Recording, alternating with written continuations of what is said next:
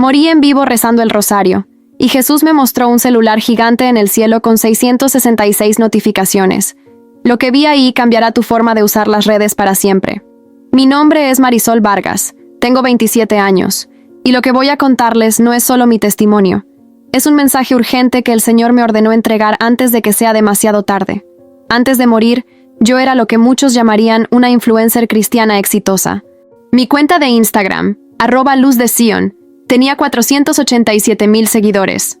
Cada mañana despertaba, revisaba mis estadísticas, respondía a comentarios, planeaba mi contenido del día. Mi vida entera giraba alrededor de esa pequeña pantalla que sostenía en mis manos como si fuera el Santo Grial. Pero ese miércoles de marzo del 2023, todo cambió. Ese fue el día en que morí frente a miles de personas que me veían en vivo y desperté frente al trono de Dios con un mensaje que me quema el alma cada vez que lo recuerdo. Antes de escuchar el relato de hoy, quiero compartirte algo muy especial. Hay un conocimiento que enseña cómo alinear tu mente y tu energía con el universo para atraer lo que deseas. Ese conocimiento está reunido en el Manual de Manifestación, una guía clara y práctica para aplicar la ley de la atracción de la forma correcta. El enlace está en la descripción, no lo ignores, porque puede ser el inicio de un nuevo camino en tu vida. Déjenme llevarlos a ese día, al momento exacto en que mi vida terrenal terminó. Eran las 7:30 de la noche en Los Ángeles. Yo vivía en un pequeño apartamento de 2 habitaciones en Koreatown, un vecindario vibrante lleno de restaurantes coreanos, tiendas de belleza y edificios antiguos con escaleras de incendio oxidadas. Desde mi ventana podía ver las luces de la ciudad comenzando a encenderse, el tráfico constante de la calle Sexta, el letrero de neón del karaoke de la esquina que parpadeaba con colores azules y rojos.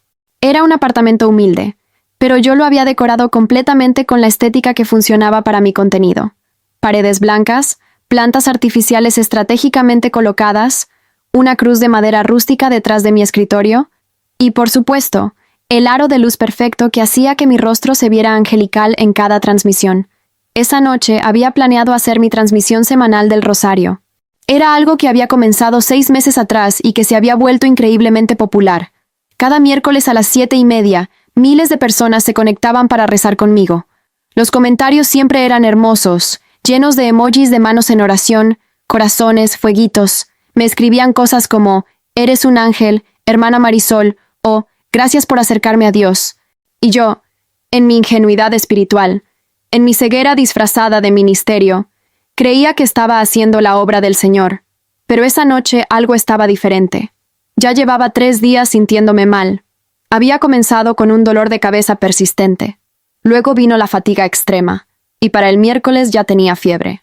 Mis padres, Rubén y Claudia Vargas, inmigrantes salvadoreños que habían trabajado toda su vida limpiando oficinas en el centro de Los Ángeles, me habían llamado esa tarde preocupados. Mi mamá, con ese acento característico que nunca perdió a pesar de llevar 30 años en Estados Unidos, me había suplicado que fuera al doctor. «Mija, por favor, no te descuides. Hay mucha gente muriendo con esto del COVID», me había dicho con la voz quebrada. Pero yo, en mi arrogancia espiritual, le había respondido, «Mami, tranquila, Dios me protege. Además, esta noche es mi live del Rosario, y no puedo decepcionar a mi comunidad». Mi hermano menor, Kevin, de 23 años, también me había mandado un mensaje ese día. Él trabajaba como mecánico en un taller en Van Nuys, y siempre había sido más escéptico con mi contenido religioso. «Mari, en serio, mejor cancela el live y ve al hospital. Esto no pinta bien», me había escrito. Pero yo ignoré su consejo.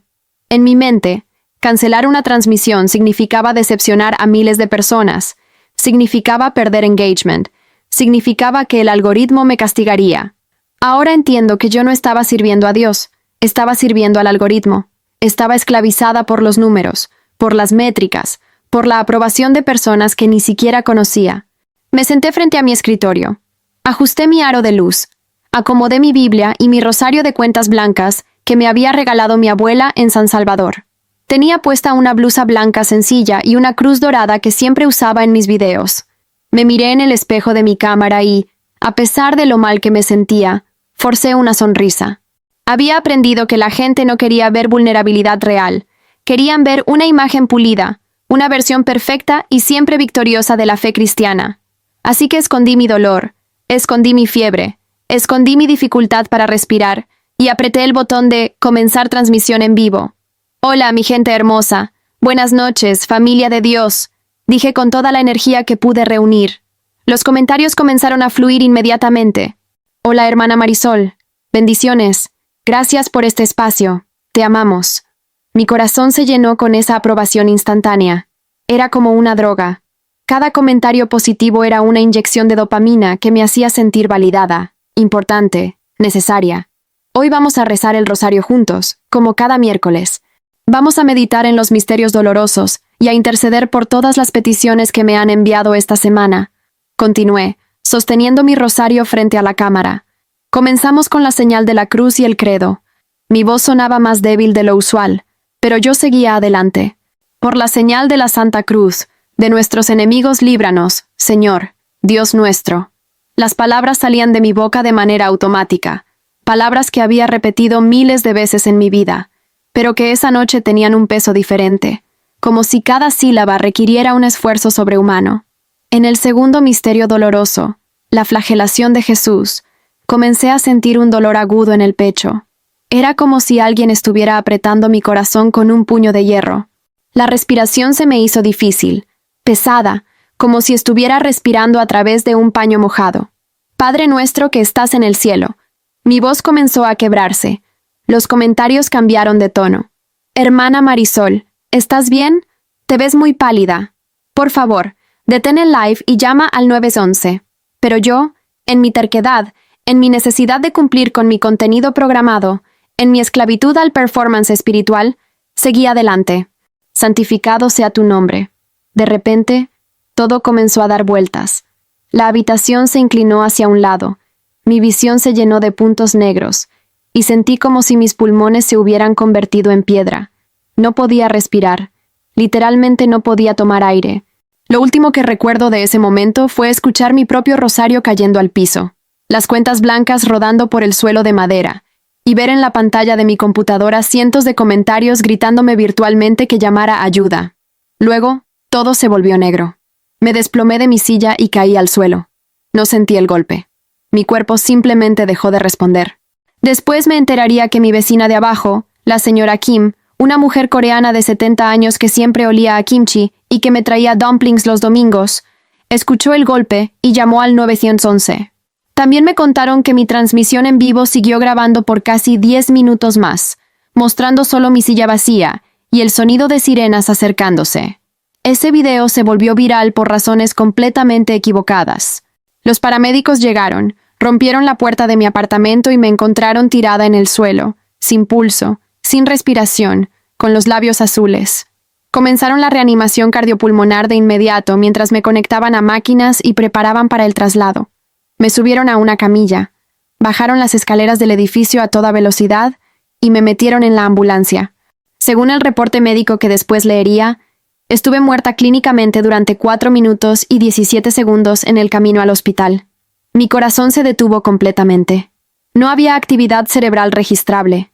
Los paramédicos continuaron las compresiones torácicas mientras la ambulancia zigzagueaba entre el tráfico de Los Ángeles, con las sirenas aullando como lobos desesperados. Llegamos al Cedars-Sinai Medical Center a las 8:04 de la noche. Es un hospital enorme en West Hollywood, con edificios de vidrio que brillan como joyas bajo las luces de la ciudad. Me llevaron directo a la sala de emergencias donde un equipo de médicos y enfermeras me esperaba. Intentaron reanimarme por casi 20 minutos más. Usaron el desfibrilador 3 veces. Mi cuerpo saltaba en la camilla con cada descarga eléctrica, pero mi corazón se negaba a latir por sí solo. Finalmente, lograron que mi corazón volviera a funcionar, pero yo no regresé. Mi cuerpo estaba vivo, conectado a un ventilador mecánico, con tubos saliendo de cada orificio, pero yo, mi conciencia, mi alma, ya había partido a otro lugar. Me conectaron al ventilador en la unidad de cuidados intensivos. Mi mamá y mi papá llegaron 1 hora después, destruidos, llorando, aferrándose el uno al otro como náufragos en medio de una tormenta. Mi hermano Kevin llegó corriendo desde Van Nuys, todavía con su uniforme de mecánico manchado de grasa. Los 3 se quedaron en la sala de espera, rezando, suplicando, negociando con Dios. Mi papá, un hombre que rara vez mostraba emociones, que había trabajado turnos dobles durante años para darnos una vida mejor, cayó de rodillas en esa sala de espera fría y estéril, y lloró como un niño. Mi mamá sostenía su rosario, el mismo que había traído desde El Salvador hace décadas, y repetía una y otra vez: Virgencita de Guadalupe, no me la quites, no me quites a mi niña. Pero yo ya no estaba ahí. Mientras mi cuerpo yacía en esa cama de hospital, conectado a máquinas que respiraban por mí, que bombeaban sangre por mí, que me mantenían técnicamente viva, yo había comenzado un viaje que cambiaría todo lo que creía saber sobre Dios, sobre la fe, sobre el propósito real de mi existencia. Mis últimos pensamientos conscientes antes de cruzar el velo fueron fragmentados y caóticos. Pensé en mis seguidores, en mi último video, en cuántos likes tendría esa transmisión.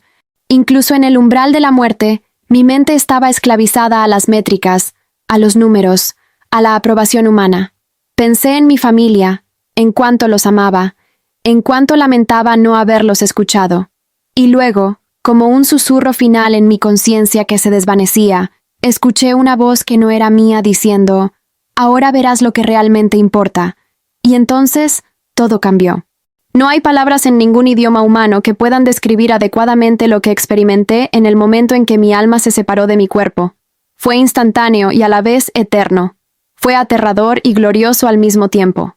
Un segundo estaba conectada a ese ventilador mecánico en el Cedar Sinai, con tubos bajando por mi garganta y máquinas pitando a mi alrededor, y al siguiente me encontré flotando sobre mi propio cuerpo. Pude verme a mí misma desde arriba, pálida como la cera, con los labios morados y el cabello enmarañado sobre la almohada. Vi a las enfermeras ajustando los monitores, vi las bolsas de suero colgando como frutas extrañas de un árbol metálico, vi el reloj de pared marcando las 8:47 de la noche. Pero lo más extraño fue que no sentí miedo, no sentí pánico. Solo sentí una curiosidad inmensa y una sensación de liberación, como si finalmente me hubieran quitado un traje demasiado apretado que había estado usando toda mi vida. Entonces comenzó.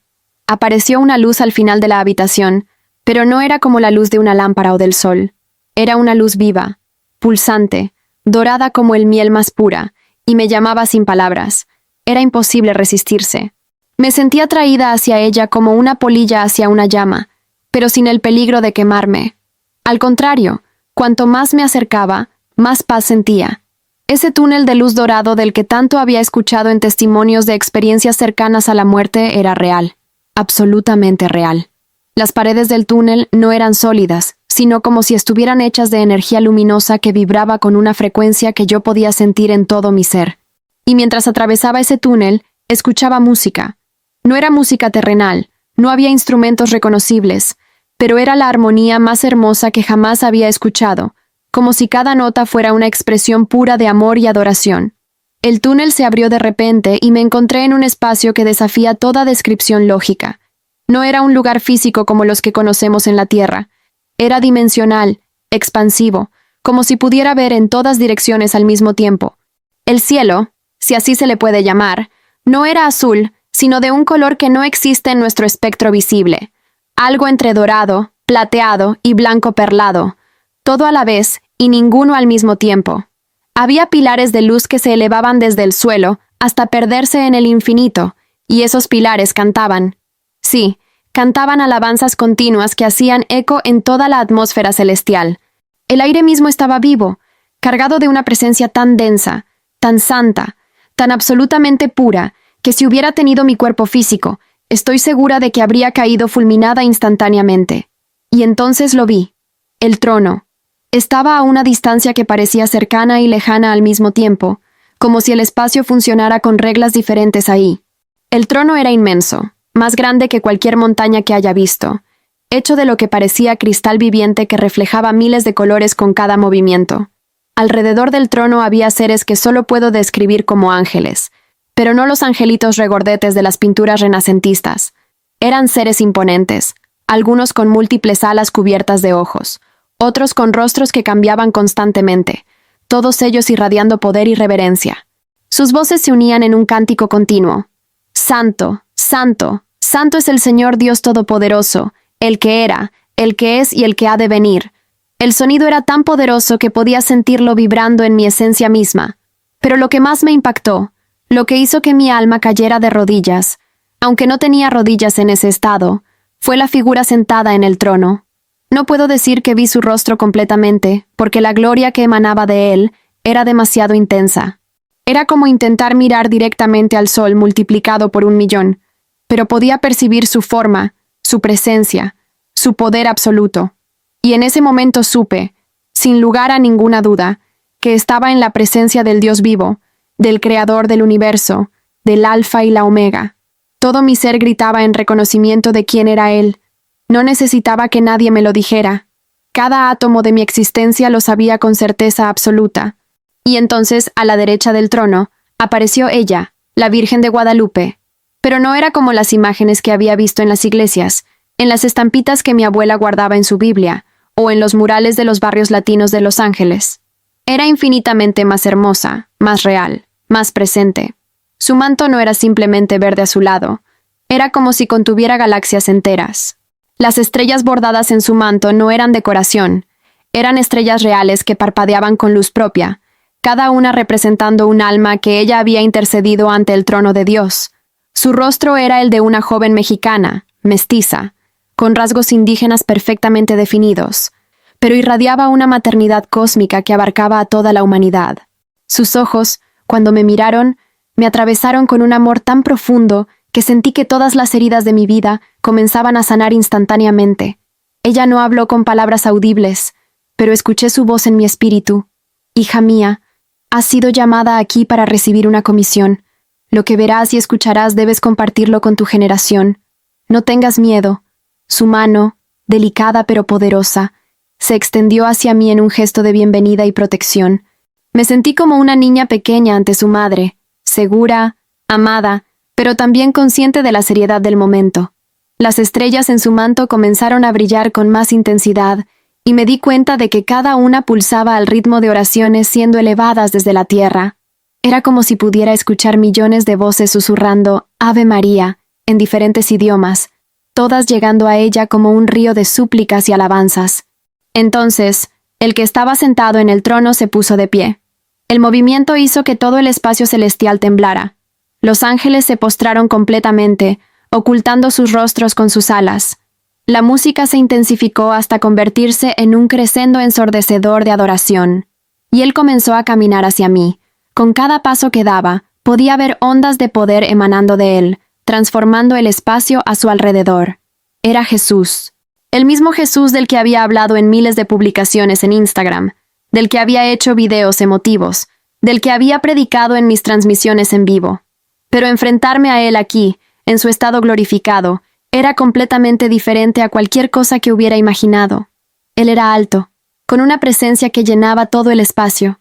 Su cabello era como lana blanca, sus ojos como llamas de fuego que veían directamente a través de cualquier pretensión o máscara. Vestía una túnica blanca más brillante que cualquier blanco terrenal, y sobre sus hombros llevaba un manto rojo como la sangre. En su cabeza había múltiples coronas, cada una representando su dominio sobre diferentes aspectos de la creación. Pero lo que más me impactó, lo que hizo que mi alma se encogiera de terror y asombro al mismo tiempo, fue su boca. Cuando abrió sus labios para hablar, salió de su boca una espada de doble filo, brillante como un relámpago, afilada como una navaja, pulsando con autoridad absoluta. La espada cortó el aire frente a mí, y el sonido que hizo fue como 1000 truenos sonando simultáneamente. Y entonces habló. Su voz no era suave ni consoladora como yo había imaginado en mis devociones privadas. Era poderosa, autoritaria, llena de fuego y juicio. Marisol Vargas, influencer de vanidades, predicadora de un evangelio diluido. ¿Pensaste que yo no veía? ¿Creíste que tus miles de seguidores impresionaban al Dios que cuenta las estrellas y las llama por nombre? El tiempo de los influencers que predican para likes ha terminado. Los que no se arrepientan en 2025 serán borrados de mis stories eternos. Sus palabras me atravesaron como esa espada que salía de su boca. Cada sílaba era un juicio. Cada frase exponía la verdad de mi corazón que yo había escondido tan cuidadosamente. Y entonces comenzó el juicio instantáneo. No fue un juicio basado en mis acciones externas, en cuántos rosarios había rezado o cuántas veces había ido a misa o cuántas personas había llevado a Cristo según mis métricas. Fue un juicio basado en mis intenciones, en los pensamientos secretos de mi corazón, en las motivaciones ocultas detrás de cada publicación, de cada transmisión en vivo, de cada palabra piadosa que había pronunciado. Vi mi vida desplegarse ante mí como una película en cámara rápida. Pero no solo vi las acciones, vi las intenciones. Vi aquella vez que publiqué un versículo bíblico profundo, no porque Dios me lo había puesto en el corazón, sino porque había visto que ese tipo de contenido generaba más engagement. Vi las veces que había editado mis fotos para verme más angelical, más perfecta, creando una imagen falsa de santidad para consumo público. Vi los momentos en que había ignorado el llamado genuino del Espíritu Santo a compartir algo real y vulnerable, porque tenía miedo de que me hiciera perder seguidores. Vi cómo había convertido la fe en un producto, el Evangelio en contenido viral, y la cruz en una estética visual agradable. Pero lo peor, lo que más me destrozó, fue ver los rostros de las personas que me habían seguido. Vi a una chica de 17 años en Honduras que había comenzado a medir su valor espiritual por cuántos likes recibían sus publicaciones cristianas, imitándome. Vi a un joven en Colombia que había abandonado el llamado genuino de Dios a servir en su iglesia local, porque quería ser famoso como yo. Vi a una madre en México que gastaba horas en redes sociales consumiendo contenido espiritual, descuidando a sus propios hijos, creyendo que eso era comunión con Dios porque yo había normalizado ese comportamiento. Vi las consecuencias de mi ministerio superficial, de mi cristianismo performativo, de mi evangelio sin cruz. Las lágrimas brotaron de mi alma, aunque no tenía cuerpo físico para llorar. El dolor era insoportable. No era el dolor de un castigo externo. Era el dolor de ver la verdad desnuda sobre mí misma, sobre mi hipocresía, sobre mi idolatría disfrazada de ministerio. Señor, perdóname. Fue todo lo que pude susurrar. Perdóname. No lo sabía. Pensé que te estaba sirviendo.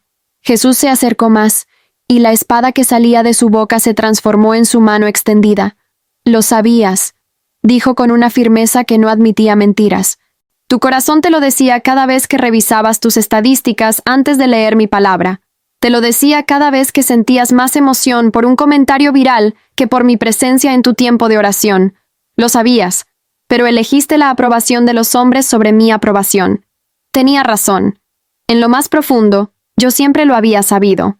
Había sentido la incomodidad espiritual, la disonancia entre lo que predicaba y lo que vivía, pero la había silenciado con justificaciones y racionalizaciones.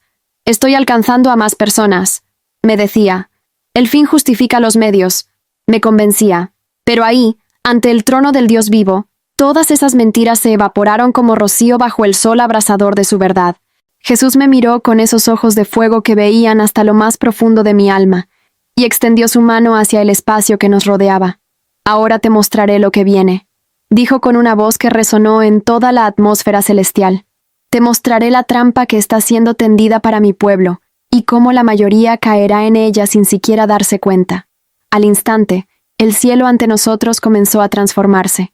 Los colores dorados y plateados se oscurecieron ligeramente, como si una sombra pasara sobre ellos, y en el firmamento apareció una imagen que me dejó paralizada de horror y asombro. Era un celular, pero no era un celular ordinario. Era gigantesco, del tamaño de un edificio, suspendido en el aire como un monumento a la idolatría moderna. La pantalla brillaba con una luz azulada y fría, completamente diferente a la luz cálida y viva que emanaba del trono de Dios. Me acerqué a esa visión, o más bien fui llevada hacia ella por una fuerza invisible, y pude ver la pantalla con claridad perfecta. En la parte superior de la pantalla, donde normalmente aparecen las notificaciones, había un número que parpadeaba en rojo sangre. 666 notificaciones nuevas. Mi corazón espiritual se estremeció al ver ese número. No era coincidencia, era un símbolo, una advertencia, una revelación del origen de lo que estaba por ver. Estas son las notificaciones del engaño, explicó Jesús, ahora de pie junto a mí. Cada una representa un alma que ha caído en la trampa del nuevo orden digital. Cristianos que han cambiado mi voz por las voces de miles de influencers, creyentes que han sustituido mi presencia por la dopamina de la validación virtual. La pantalla del celular gigante comenzó a desplazarse, mostrándome notificación tras notificación. Pude ver nombres, rostros, historias. Vi a una pastora en Argentina que había comenzado su ministerio con fuego genuino, pero que ahora pasaba 6 horas diarias gestionando sus redes sociales, respondiendo a cada comentario. obsesionada con su imagen pública mientras su vida de oración se reducía a 5 minutos apresurados antes de dormir. Vi a un líder de adoración en Perú que había escrito canciones hermosas para glorificar a Dios, pero que ahora componía solo pensando en qué sería viral, qué melodía se pegaría en TikTok, qué letra generaría más reproducciones en Spotify. Vi a una evangelista en Chile que había recibido un llamado profético poderoso, pero que ahora solo compartía mensajes que no ofendieran a nadie, que fueran políticamente correctos, que mantuvieran su base de seguidores cómoda y feliz. ¿Ves el patrón?, preguntó Jesús. No comienza con una negación abierta de la fe. Comienza con una distracción sutil. Comienza cuando mis hijos empiezan a medir mi bendición por sus números, en lugar de por mi presencia en sus vidas. Comienza cuando la oración corporativa es reemplazada por transmisiones en vivo, donde nadie realmente me busca. Solo buscan sentirse bien consigo mismos. Chapter.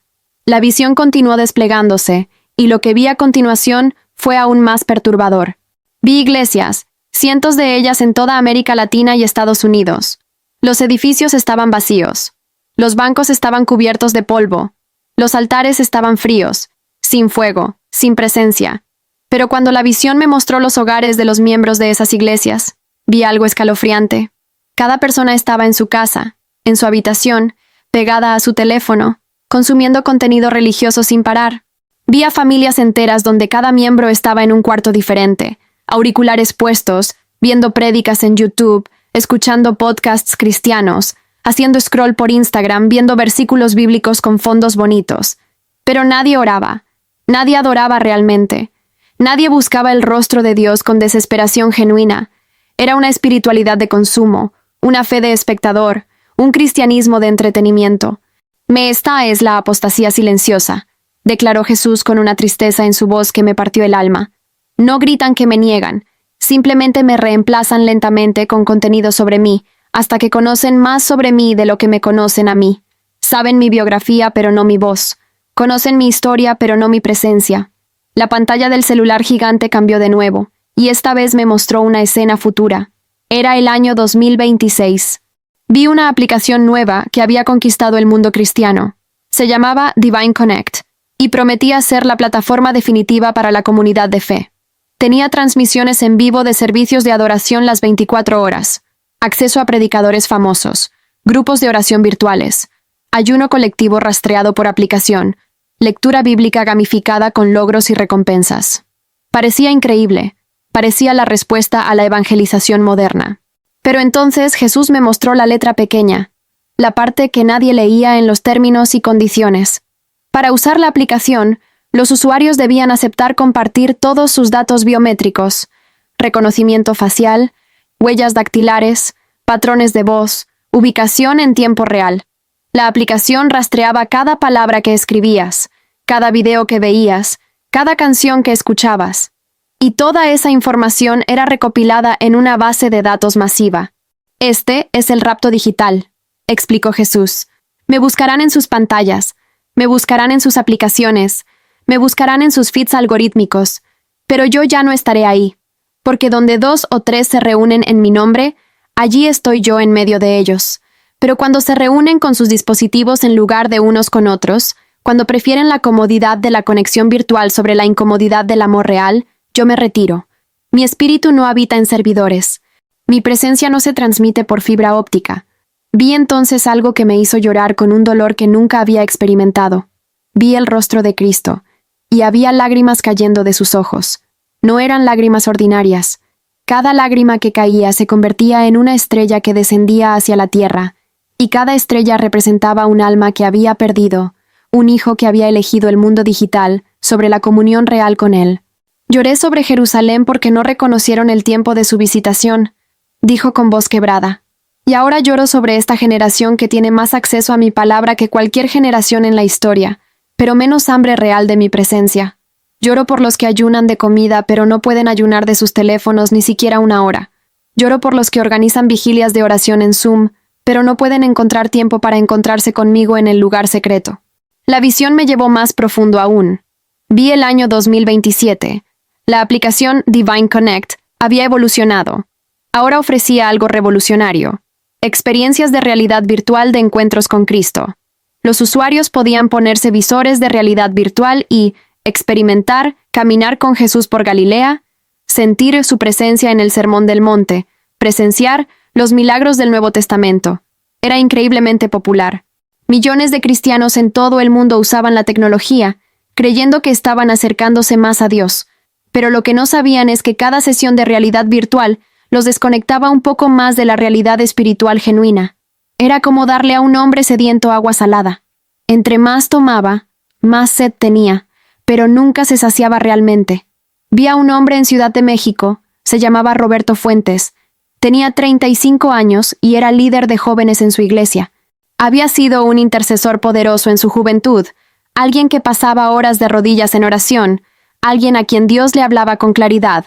Pero ahora, en esta visión del futuro, lo vi completamente absorbido por la tecnología religiosa. Pasaba 3 horas diarias en experiencias de realidad virtual, adorando, pero ya no oraba realmente. Su esposa, Fernanda, intentaba hablarle sobre su matrimonio que se desmoronaba, sobre sus hijos que lo extrañaban, pero él estaba demasiado ocupado en su comunión digital para notar el infierno que se estaba formando en su propia casa. Vi el momento en que su hija de 12 años, Valentina, dejó de creer en Dios porque su papá le había enseñado que la fe era algo que sucedía en una pantalla, no en la vida real. Vi a una mujer en Bogotá, Colombia. Se llamaba Patricia Mendoza, 52 años. Había sido una guerrera de oración durante décadas. Había visto milagros increíbles, liberaciones poderosas, sanidades documentadas. Pero en esta visión futura, ella estaba completamente esclavizada a una rutina de consumo de contenido espiritual. Se despertaba a las 5 de la mañana, no para orar, sino para revisar sus 30 suscripciones a canales cristianos de YouTube. Desayunaba mientras escuchaba podcasts de avivamiento. Iba al trabajo con audiolibros cristianos en sus oídos. Durante el almuerzo veía prédicas cortas en TikTok. En la tarde participaba en grupos de oración por WhatsApp, donde solo enviaban emojis de manos orando, pero nadie realmente intercedía. Por la noche se dormía con música de adoración en Spotify. Pero en todo el día, ni una sola vez había tenido un encuentro real con Dios. Ni una sola vez había escuchado su voz. Ni una sola vez había sentido su presencia. Estaba espiritualmente obesa, pero nutricionalmente desnutrida. Jesús me mostró entonces el contraste. Me llevó a ver a los que él llamaba el remanente fiel, los verdaderos elegidos. Eran menos, mucho menos de lo que yo había imaginado. No eran los que tenían millones de seguidores. No eran los que llenaban estadios. No eran los que aparecían en las conferencias más populares. Eran personas anónimas, desconocidas, ignoradas por el mundo pero conocidas íntimamente por Dios. Vi a una anciana en un pueblito en las montañas de Guatemala. Se llamaba Doña Esperanza. Tenía 84 años. No tenía teléfono celular. No tenía internet, pero pasaba 4 horas cada mañana de rodillas en oración intercediendo por las naciones. Y cuando oraba, el cielo se movía. Vi ángeles siendo despachados en respuesta a sus oraciones. Vi demonios huyendo aterrorizados de las regiones donde ella intercedía. Vi a un joven en Nicaragua. Se llamaba Mateo Espinosa, 23 años. Trabajaba en una finca de café desde el amanecer hasta el atardecer. No tenía redes sociales, no tenía tiempo para consumir contenido religioso. Pero cada noche, después de un día agotador de trabajo físico, se arrodillaba bajo las estrellas y adoraba a Dios con una pasión que hacía que los ángeles se detuvieran a escuchar. Su adoración era pura, sin audiencia, sin grabación, sin buscar aprobación humana. Y Dios le hablaba, le daba estrategias para su comunidad, revelaciones para su generación, sabiduría que ningún seminario podría enseñar. Vi a una familia en un barrio pobre de Lima, Perú. Los padres se llamaban Carlos y Rosa Quispe. Tenían 5 hijos y vivían en una casa de 2 habitaciones con piso de tierra. No tenían suficiente dinero para smartphones o planes de internet. Pero cada viernes por la noche, esa familia se reunía en su pequeña sala, apagaban las luces, encendían una vela y buscaban el rostro de Dios durante horas. Los niños habían aprendido a escuchar la voz del Espíritu Santo desde pequeños. La hija mayor, de 14 años, operaba en dones proféticos con una precisión que dejaba asombrados a los ancianos de su iglesia. Ellos eran pobres según el mundo, pero ricos según el cielo. Estos son mis elegidos, dijo Jesús con orgullo en su voz. Los que han elegido mi presencia sobre la popularidad, mi voz sobre las voces de la multitud, mi aprobación sobre los likes y los comentarios. Estos son los que resistirán lo que viene, porque su fundamento no está en lo digital, sino en lo eterno. La visión cambió una vez más, y lo que vi me llenó de urgencia desesperada. Vi el año 2025, el año en que yo regresaría a mi cuerpo. Vi una línea divisoria siendo trazada. No era visible para los ojos naturales, pero en el ámbito espiritual era clara como el cristal. Del lado izquierdo estaban los cristianos digitales, los que habían permitido que la tecnología mediara su relación con Dios. Del lado derecho estaban los cristianos del remanente, los que habían guardado la intimidad genuina con el Señor por encima de todo. Después de mostrarme esas visiones devastadoras del futuro, Jesús se volvió hacia mí con una intensidad que hizo que toda mi esencia espiritual temblara. La espada que salía de su boca se transformó nuevamente, pero esta vez no en juicio, sino en autoridad para comisionar. Marisol Vargas, dijo mi nombre completo con una solemnidad que me hizo entender que lo que vendría a continuación definiría el resto de mi existencia. Te enviaré de regreso, no porque merezcas una segunda oportunidad, sino porque mi misericordia es más grande que tu fracaso. Pero no regresarás para continuar lo que hacías. Regresarás como portadora de un mensaje específico que debes entregar exactamente como te lo voy a dar. Ni una palabra más, ni una palabra menos. Mi alma se postró ante él en total rendición. Señor, haré lo que me pidas, pero tengo miedo. Tengo miedo de fallar nuevamente. Tengo miedo de que la tentación de los números, de la aprobación, de la fama me consuma otra vez. Jesús extendió su mano y tocó mi frente espiritual. Fue como si 1000 voltios de electricidad pura atravesaran mi ser, pero no era electricidad física. Era fuego santo, era poder transformador, era gracia capacitadora. Te daré un sello, dijo. No lo verás con ojos naturales, pero estará ahí. Cada vez que sientas la tentación de buscar aprobación humana sobre mi aprobación, este sello arderá en tu espíritu como recordatorio. Y no estarás sola. A todos los que obedezcan el mensaje que te daré, yo también los sellaré. Serán reconocibles en el ámbito espiritual, aunque invisible para el mundo natural. Entonces comenzó a dictarme el mensaje. No fueron sugerencias ni ideas generales.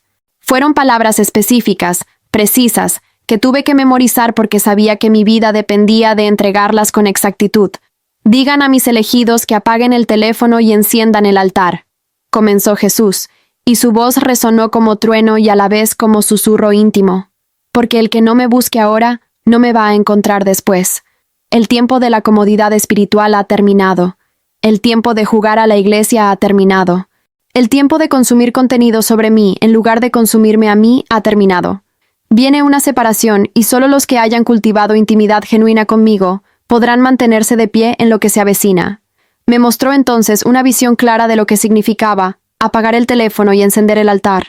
Vi hogares en toda América Latina y Estados Unidos donde familias tomaban la decisión radical de establecer un altar físico en sus casas.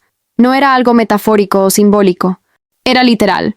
Vi a una familia en Guadalajara, México, los Rodríguez Sánchez, que decidieron convertir un pequeño cuarto de su casa en un lugar de oración. Quitaron todos los muebles, pusieron un tapete en el piso, colgaron una cruz simple en la pared y establecieron la regla de que ningún dispositivo electrónico podía entrar en ese espacio. Cada mañana antes del trabajo y la escuela, y cada noche antes de dormir, la familia completa se reunía ahí. No había agenda estructurada, no había tiempo límite, no había obligación de producir algo espiritual.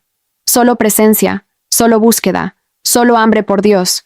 Vi cómo esa práctica simple transformó completamente a esa familia en el transcurso de 6 meses. El padre, Arturo Rodríguez, era ingeniero en una empresa automotriz, siempre estresado, siempre conectado a su trabajo, 24/7 a través de su smartphone. Pero cuando establecieron el altar y la regla de apagar todos los dispositivos durante ese tiempo sagrado, algo comenzó a cambiar en él. Al principio era tortura. Se sentaba en ese cuarto y su mente no dejaba de pensar en los correos que necesitaba responder, las llamadas que debía hacer, las reuniones que tenía que planear. Pero perseveró, y en la 3ª semana, algo se rompió. Una noche, mientras estaba de rodillas en ese cuarto de oración sin su teléfono, sin distracciones, sin ruido, escuchó la voz de Dios con una claridad que no había experimentado en años. Dios le habló sobre heridas de su niñez que nunca había procesado, sobre un patrón de escape a través del trabajo que estaba destruyendo su matrimonio, sobre un llamado en su vida que había enterrado bajo capas de pragmatismo y conformismo. Vi a la esposa, Lucía Sánchez de Rodríguez, una maestra de primaria que había estado luchando con depresión por años. Ella medicaba su dolor emocional con horas interminables en redes sociales, comparándose constantemente con otras mujeres, sintiendo que su vida era insignificante y aburrida. Pero cuando comenzó a pasar tiempo real en ese altar familiar, cuando apagó su Instagram y encendió su corazón hacia Dios, Él comenzó a sanarla desde adentro. Le mostró su valor no basado en likes o comentarios, sino basado en ser hija del Rey del Universo. Le reveló dones proféticos que había tenido desde niña, pero que había ignorado porque no encajaban con su imagen de normalidad. En el 5º mes de esta práctica de altar, Lucía tuvo un encuentro tan profundo con el Espíritu Santo que lloró durante 3 horas seguidas, no de tristeza sino de liberación. Años de dolor, rechazo y mentiras sobre su identidad fueron arrancados de raíz en ese lugar secreto. Vi a los hijos, 3 niños entre 8 y 14 años, que al principio odiaban el tiempo de altar.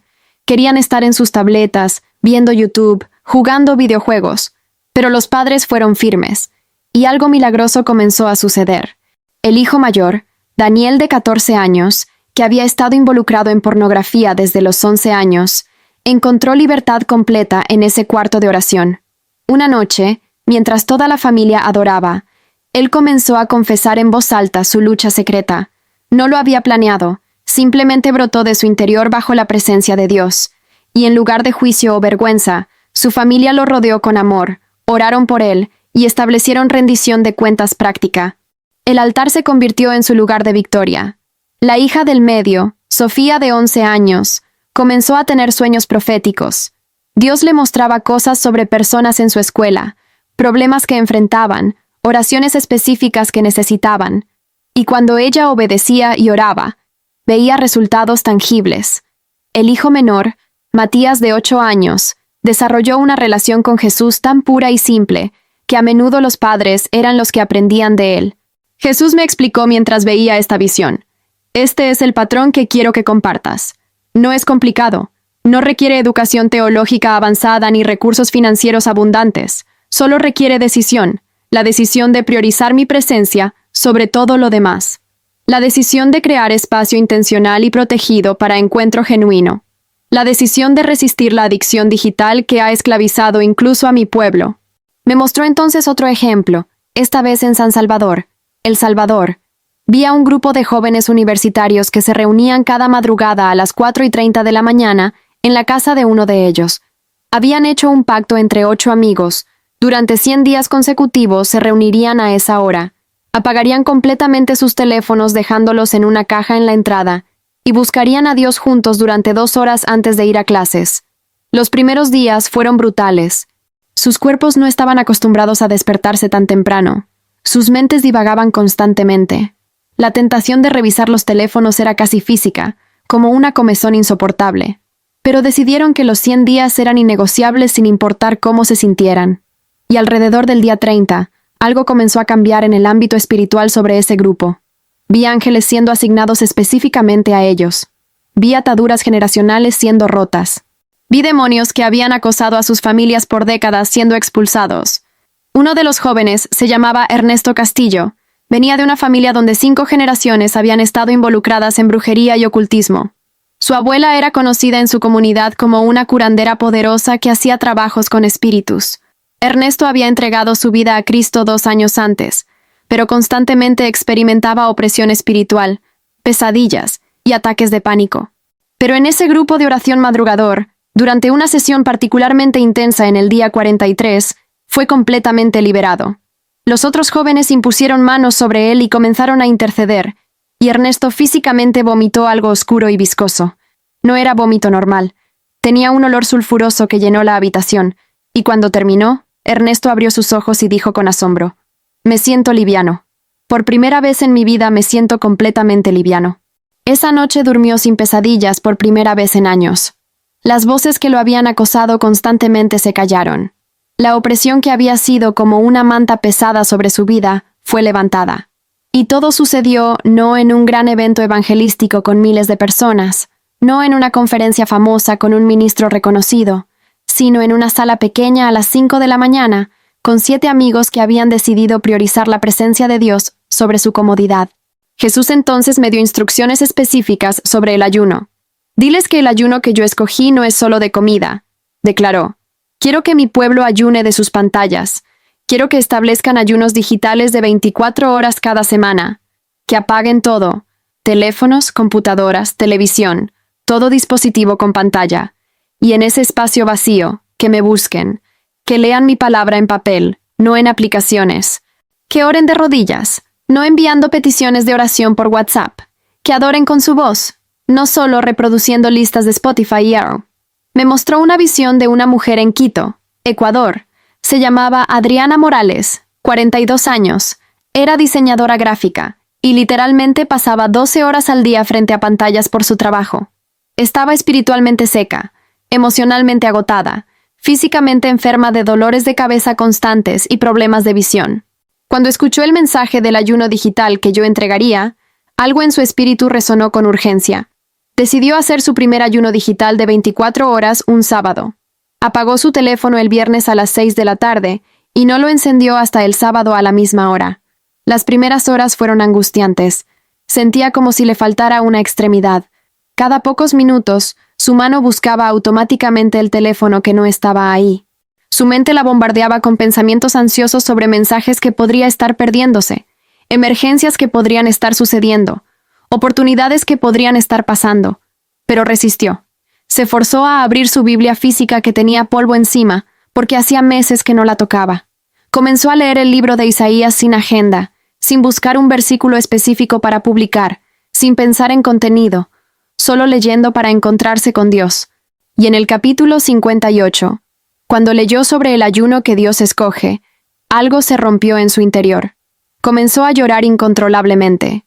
Dios le mostró cómo había estado ayunando de comida religiosamente cada semana, sintiéndose muy espiritual, pero nunca había ayunado de las cosas que realmente la esclavizaban: la validación de los likes, la dopamina de las notificaciones, la distracción constante de las pantallas. Ese sábado, sin su teléfono, Adriana experimentó paz por primera vez en años. Caminó por su vecindario y realmente vio a las personas, no como parte del paisaje borroso mientras miraba su pantalla, sino como seres humanos con historias y dolores. Tuvo una conversación de 2 horas con su mamá que vivía con ella, algo que no había hecho en meses a pesar de vivir bajo el mismo techo. Cocinó una comida elaborada con atención plena, saboreando cada ingrediente. Y por la noche, se arrodilló y oró durante 3 horas seguidas, algo que pensaba que era imposible para ella. Cuando encendió su teléfono al día siguiente, descubrió que no había ninguna emergencia, ningún mensaje crítico, nada que no pudiera esperar, y esa revelación la liberó. Jesús continuó dándome el mensaje: diles que el 2025 es el año de separación. Es el año donde la línea será trazada entre los que realmente me pertenecen y los que solo llevan mi nombre. No será una separación basada en denominación o doctrina secundaria. Será una separación basada en intimidad. Los que me conocen versus los que solo saben sobre mí. Los que han invertido tiempo en mi presencia versus los que han invertido tiempo en contenido sobre mi presencia. Me mostró que en ese año específico, Dios permitiría ciertas crisis personales, ciertos colapsos de sistemas, ciertas remociones de muletas espirituales, todo diseñado para forzar a su pueblo a decidir: ¿realmente lo quiero a Él o solo quiero los beneficios de estar asociado con Él? El momento de regresar llegó de manera abrupta. Jesús me miró una última vez con esos ojos de fuego que ahora brillaban con algo que solo puedo describir como esperanza mezclada con advertencia. «Va, es tiempo», dijo simplemente. No hubo despedida elaborada, no hubo ritual ceremonioso. La Virgen de Guadalupe se acercó y puso su mano sobre mi corazón espiritual, y sentí como si ella estuviera plantando algo ahí, una semilla de valor que necesitaría para lo que vendría. «No temas a los hombres, hija», susurró. «Teme solo decepcionar a aquel que te está dando esta segunda oportunidad». Y entonces, sin más preámbulo, sentí un tirón violento, como si una cuerda invisible atada a mi esencia fuera jalada con fuerza sobrenatural. El túnel de luz dorada apareció nuevamente, pero esta vez yo viajaba en dirección contraria. Todo pasaba en reversa a velocidad imposible. Vi galaxias, vi dimensiones espirituales que no puedo describir con vocabulario humano. Vi el velo delgado que separa el cielo de la tierra. Y entonces, con un impacto que sentí en cada fibra de mi ser, mi espíritu fue literalmente disparado de regreso a mi cuerpo físico. Fue como ser lanzada a un traje espacial que estaba congelado y 3 tallas más pequeño. El contraste fue brutal. Un momento antes estaba en la presencia de gloria infinita, sin dolor, sin limitaciones, experimentando colores y sonidos que la tierra no conoce. Y al siguiente instante estaba atrapada nuevamente en carne mortal, en un cuerpo que dolía, que estaba pesado, que estaba limitado por tiempo y espacio. Lo primero que sentí fue dolor. Un dolor agudo y penetrante en mi pecho, donde habían estado haciendo las compresiones cardíacas. Luego sentí el tubo del ventilador bajando por mi garganta, invasivo y horrible, haciendo que quisiera vomitar. Mis pulmones ardían como si estuviera respirando vidrio molido. Cada célula de mi cuerpo gritaba en agonía. Intenté abrir los ojos, pero los párpados pesaban como plomo. Escuchaba sonidos amortiguados, como si estuviera bajo el agua. El pitido constante de los monitores. Voces apresuradas hablando en inglés médico que mi cerebro confundido no podía procesar. El sonido mecánico del ventilador forzando aire en mis pulmones. Traté de mover mis dedos. Nada. Traté de mover un pie. Nada. Entré en pánico. ¿Y si estaba paralizada? ¿Y si había sufrido daño cerebral? ¿Y si había regresado pero en un estado que me impediría cumplir la misión? Entonces escuché una voz, clara y cercana, hablando en español con acento asiático. Sus signos vitales están estabilizándose. Esto es extraordinario. Llevaba 9 días en coma inducido sin respuesta neurológica significativa. Era el Dr. James Chen, el neurólogo que había estado monitoreando mi caso. Después me enteraría de que él era un inmigrante taiwanés de segunda generación, criado en Los Ángeles, brillante en su campo pero completamente escéptico sobre cualquier cosa religiosa o espiritual. Para él, yo era simplemente otro caso de COVID severo con complicaciones neurológicas. Pero lo que estaba presenciando desafiaba toda su formación médica. Según todos sus protocolos y experiencia, yo debería estar muerta o en estado vegetativo permanente. Pero ahí estaban los monitores mostrando actividad cerebral aumentando rápidamente, mi corazón latiendo con ritmo propio y fortalecido, mis pulmones comenzando a funcionar sin asistencia total de la máquina. Lentamente, con un esfuerzo que parecía sobrehumano, logré abrir los ojos. La luz fluorescente de la UCI me cegó temporalmente. Todo era blanco y borroso. Parpadeé varias veces, tratando de enfocar. Poco a poco, las formas comenzaron a solidificarse. Vi el techo con sus paneles acústicos manchados. Vi los monitores con sus líneas verdes bailando en las pantallas negras.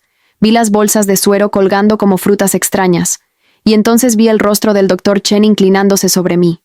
Era un hombre de unos 45 años, con lentes de marco negro, cabello perfectamente peinado hacia un lado, y una expresión de asombro absoluto en su rostro, que probablemente nunca había mostrado en su carrera profesional. «Señorita Vargas», dijo despacio, como si estuviera hablando con alguien que acababa de regresar del espacio exterior. «¿Puede escucharme? Si puede entenderme, intente parpadear 2 veces». Yo parpadeé 2 veces. Su expresión pasó de asombro a algo cercano a incredulidad científica. No tengo explicación médica para esto», murmuró, más para sí mismo que para mí. Se volvió hacia una enfermera que estaba junto a él, una mujer filipina bajita con scrubs decorados con ositos. «Llama al equipo completo y contacta a su familia inmediatamente. Diles que ha despertado, Cherta». La enfermera salió corriendo, sus zapatos chirriando contra el piso pulido. Los siguientes minutos fueron un torbellino de actividad. Más médicos y enfermeras entraron apresuradamente a mi habitación, todos hablando en términos médicos que sonaban como un idioma extranjero. Me hicieron pruebas neurológicas básicas: seguir una luz con los ojos, apretar manos, mover dedos de los pies. Todo funcionaba, aunque débilmente. Decidieron comenzar el proceso de quitarme el tubo del ventilador, algo que normalmente se hace gradualmente, pero que en mi caso procedió sorprendentemente rápido, porque mis pulmones estaban respondiendo mucho mejor de lo esperado. Cuando finalmente sacaron ese tubo horrible de mi garganta, tosí violentamente, lágrimas corriendo por mis mejillas, mi garganta sintiendo como papel de lija, pero podía respirar. Por mí misma, estaba viva. La puerta de mi habitación se abrió de golpe y mi mamá entró como un huracán. «¡Mija! ¡Mi niña!». Su voz era un grito agudo de alivio, alegría y dolor mezclados. Se lanzó hacia mi cama, pero una enfermera la detuvo gentilmente. Señora, por favor, con cuidado, todavía está muy débil. Pero mi mamá era imparable. Se acercó a mi lado, tomó mi mano con una fuerza sorprendente para una mujer de su tamaño pequeño, y comenzó a llorar como nunca la había visto llorar. Gracias, Diosito. Gracias, Virgencita. Te la pedí prestada y me la devolviste. Mi papá entró detrás de ella, sus ojos rojos e hinchados de días de llanto, su camisa de trabajo arrugada porque obviamente no había estado en casa para cambiarse. Él no dijo nada, solo se paró al otro lado de mi cama, puso su mano grande y callosa sobre mi frente, y lágrimas silenciosas rodaron por sus mejillas curtidas. Kevin, mi hermano, fue el último en entrar. Tenía barba de varios días, ojeras profundas y una expresión de alivio mezclado con algo que parecía enojo. Te dije que fueras al hospital, Mary, dijo con voz quebrada. Te lo dije. Pero entonces su cara se desmoronó y él también comenzó a llorar. Pensé que te había perdido. Pensé que mi última conversación contigo había sido una discusión, Mon. Intenté hablar, pero mi voz salió como un graznido áspero. Estoy bien, logré susurrar. Pero incluso mientras decía esas palabras, sabía que no era cierto. No estaba bien en el sentido que ellos pensaban. Había muerto. Había estado en el cielo. Había recibido una comisión de Cristo mismo. Y nada sería igual nunca más. Los días siguientes fueron un proceso lento de recuperación física. Los médicos estaban completamente perplejos. El doctor Chen me confesó en una de sus visitas: Señorita Vargas, he tratado cientos de casos de COVID con complicaciones neurológicas. Los que sobreviven después de 9 días en coma inducido usualmente tienen daño cerebral significativo, problemas motores permanentes, necesitan meses de rehabilitación. Usted está caminando después de 4 días. Está hablando coherentemente. Sus escáneres cerebrales muestran función normal. No tiene explicación científica. Yo lo miré y, con una claridad que me sorprendió a mí misma, le dije: Dr. Chen, tiene explicación. Solo que no es científica. Es divina. Él pareció incómodo con mi respuesta. Ajustó sus lentes nerviosamente y cambió de tema hacia mi plan de alta médica. Pero vi algo en sus ojos. Una pequeña semilla de duda sobre su cosmovisión materialista que había sido plantada. Durante mi recuperación en el hospital, no les conté a mis padres ni a Kevin exactamente qué había experimentado. Todavía no. Estaba procesando, tratando de encontrar las palabras correctas, sabiendo que lo que tenía que compartir era tan extraordinario que sonaría como delirio postcoma si no lo presentaba cuidadosamente. Pero tomé una decisión inmediata y radical que sorprendió a todos. Le pedí a Kevin que trajera mi teléfono y mi laptop. Cuando los tuvo en mis manos, con mi familia observándome confundida, abrí mi cuenta de Instagram. 487,000 seguidores, miles de mensajes sin leer, cientos de comentarios en mi último post, el anuncio de la transmisión del rosario que había terminado con mi muerte en vivo. Orando por ti, hermana Marisol. Dios tiene planes para ti. Eres una guerrera. El diablo te atacó, pero Dios es más fuerte en... Mensajes bien intencionados, pero que ahora, después de lo que había visto, sonaban huecos y superficiales. Sin dudarlo, sin ceremonia, comencé a borrar. Borré cada foto cuidadosamente curada, cada video editado para máximo impacto, cada post diseñado para likes. Mi mamá gritó: «Mija, ¿qué estás haciendo? Ese es tu ministerio». Pero yo seguí borrando. «No, mami», dije con voz firme aunque todavía débil. «Ese no era ministerio, ese era marketing espiritual». Era ego disfrazado de evangelismo. En 30 minutos, mi perfil quedó completamente vacío, excepto por una foto nueva que le pedí a Kevin que tomara con su teléfono. Era yo en la cama del hospital, sin maquillaje, con el cabello despeinado, con la línea del cuarto todavía en mi brazo, luciendo exactamente como lo que era, una mujer que había muerto y regresado. Y escribí un caption largo, el primero completamente honesto que había publicado en años. Morí el miércoles pasado mientras transmitía el rosario en vivo. Mi corazón se detuvo durante 4 minutos en la ambulancia. Estuve en coma 9 días. Pero eso no es lo importante.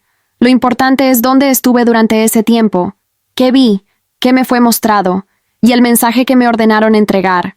En los próximos días compartiré ese mensaje completo. Pero les advierto, no será cómodo, no será popular, no generará likes. Probablemente perderé la mayoría de mis seguidores, pero eso ya no importa.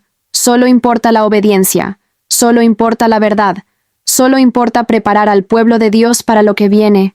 Si deciden quedarse, prepárense para un contenido completamente diferente. Si deciden irse, los entiendo y los bendigo. Pero yo ya no puedo jugar a la iglesia, ya no puedo vender un evangelio diluido. Vi el rostro de Cristo y Él no está jugando. Publiqué sin editar, sin revisar, sin pensar en SEO o algoritmos. La reacción fue inmediata y dividida.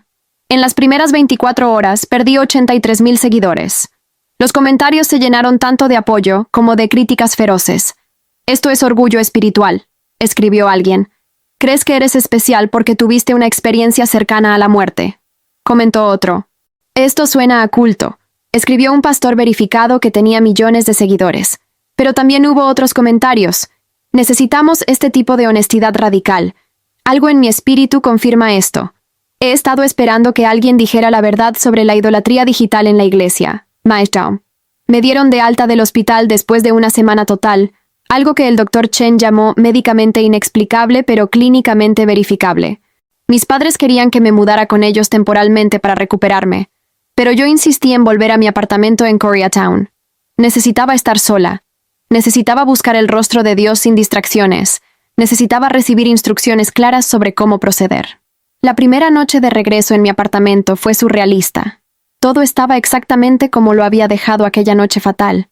Mi silla de escritorio todavía estaba volcada donde había caído. Mi rosario todavía estaba en el piso con algunas cuentas rodadas bajo el escritorio. El aro de luz seguía encendido, ahora con una capa de polvo. Lentamente, con reverencia, comencé a desmantelar todo mi set de grabación. Guardé el aro de luz. Desconecté mi computadora. Quité la cruz decorativa de la pared. Y en su lugar, en esa esquina de mi habitación, establecí algo diferente. Un altar simple. Puse un tapete de oración que mi abuela me había dado años atrás y que nunca había usado. Coloqué una Biblia física desgastada, no la nueva y bonita que usaba para fotos. Puse una vela sin perfume. Y establecí una regla inquebrantable. Ningún dispositivo electrónico cruzaría ese espacio jamás. Esa primera noche, me arrodillé en ese altar nuevo a las 11 de la noche. Señor, oré en voz alta. Aquí estoy. Muéstrame cómo proceder. Muéstrame cómo entregar el mensaje que me diste sin caer en las mismas trampas de antes. Y entonces, por primera vez en años, experimenté algo que había olvidado que existía. Silencio genuino. No el silencio incómodo que inmediatamente llenaba con música de adoración de Spotify. No el silencio que rompía revisando mi teléfono cada 2 minutos. Sino silencio real, pesado, lleno de presencia. Y en ese silencio, escuché su voz. No era audible como cuando estuve en el cielo, pero era clara en mi espíritu. No regreses a las plataformas de la misma manera, dijo. Úsalas solo como medio de entrega del mensaje, no como medio de validación personal. Publica el mensaje en partes, sin edición excesiva, sin trucos de marketing, sin manipulación emocional, y luego apaga el teléfono y regresa aquí, a este altar, donde realmente me encontrarás. Los siguientes meses fueron los más desafiantes y transformadores de mi vida. Comencé a publicar el mensaje exactamente como me lo habían dado, en partes, crudo, sin filtros. Hablé sobre el celular gigante con 666 notificaciones. Hablé sobre la apostasía silenciosa. Hablé sobre apagar el teléfono y encender el altar. Hablé sobre el ayuno digital. Hablé sobre el año 2025 como tiempo de separación. Con cada publicación perdía más seguidores. De 487,000, bajé a 200,000, luego a 150,000, luego a 80,000. Los números que antes me definían ahora caían como hojas en otoño, y yo observaba sin pánico, sin desesperación, porque había encontrado algo infinitamente más valioso, paz en la obediencia. Pero algo más comenzó a suceder. Las personas que se quedaban, aunque menos en número, eran diferentes, eran genuinas. Comenzaron a enviarme testimonios de transformación real. Una mujer en Guatemala me escribió que había establecido un altar en su casa y que después de 3 semanas de buscar a Dios ahí cada mañana, su matrimonio al borde del divorcio comenzó a sanar milagrosamente. Un joven en Colombia me contó que había hecho un ayuno digital de 40 días y que durante ese tiempo, Dios le había mostrado su llamado profético con claridad cristalina. Una familia en Texas me compartió que habían quitado todas las pantallas de su hogar durante los fines de semana y que sus hijos, que antes estaban adictos a dispositivos, ahora pedían tiempo de oración familiar. Estos testimonios no generaban miles de likes, pero generaban fruto eterno. Y yo finalmente entendí la diferencia.